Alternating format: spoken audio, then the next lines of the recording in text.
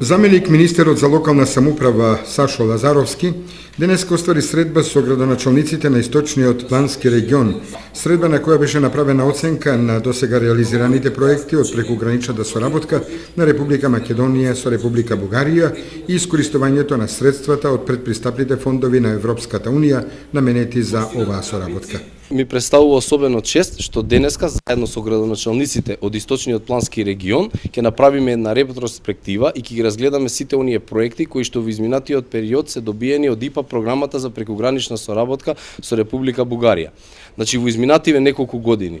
источниот плански регион добиени се околу 20 проекти во вредност од околу 3.300.000 евра и тие се веќе спроведени и некои се во тек се спроведуваат на терен.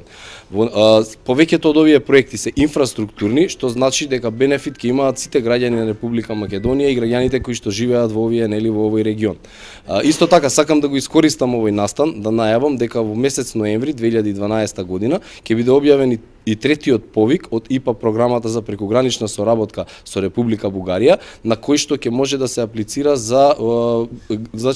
проекти во вредност од 3.100.000 евра, што значи ги повикувам сите градоначалници, сите оние што можат да аплицираат, да се припремаат и спремни да го дочекаат овој повик, за да може да аплицираат со добри проекти и да ги добијат. Заменик министерот за локална самоуправа Лазаровски, освен соработката со Република Грција, Република Бугарија и Република Албанија, ја најави и соработката со Република Косово